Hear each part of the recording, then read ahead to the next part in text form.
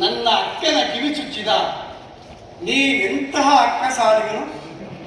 ನಿನ್ನ ಅಕ್ಕನನ್ನು ದಕ್ಕಿಸಿಕೊಳ್ಳಬೇಕಾದರೆ ನನ್ನೆರಡು ಕಣ್ಣುಗಳಿಂದ ಆಗದೆಂದು ಮೂರನೆಯ ಕಣ್ಣೊಂದನ್ನು ಹಣೆಯಲ್ಲಿ ಹೊತ್ತುಕೊಂಡು ಕಣ್ಣನೆಂದು ಕರೆಸಿಕೊಳ್ಳಬೇಕಾಯಿತು.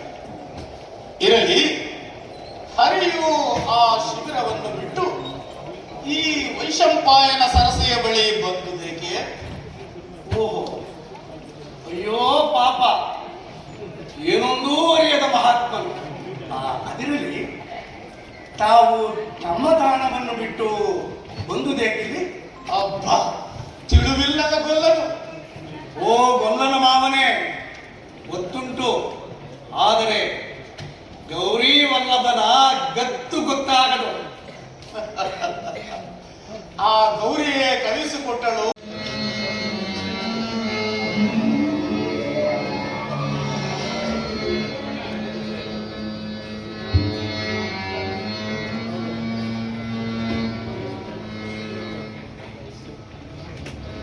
ಭೀಮಸೇನ,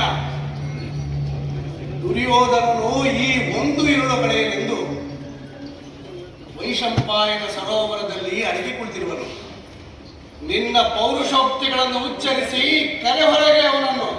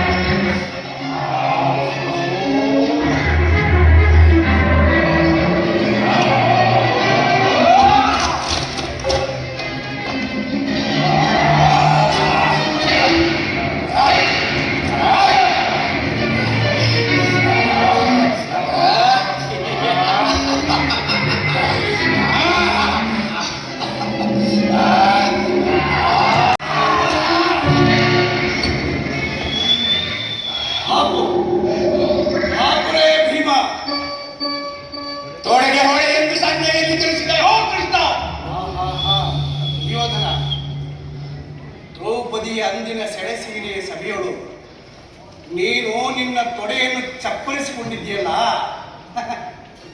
ಅದನ್ನು ಭೀಮನಿಗೆ ನೆನಪು ಮಾಡಿದನಷ್ಟೇ. ಭಾಪುರೇ ಭೀಮ ಎಂದು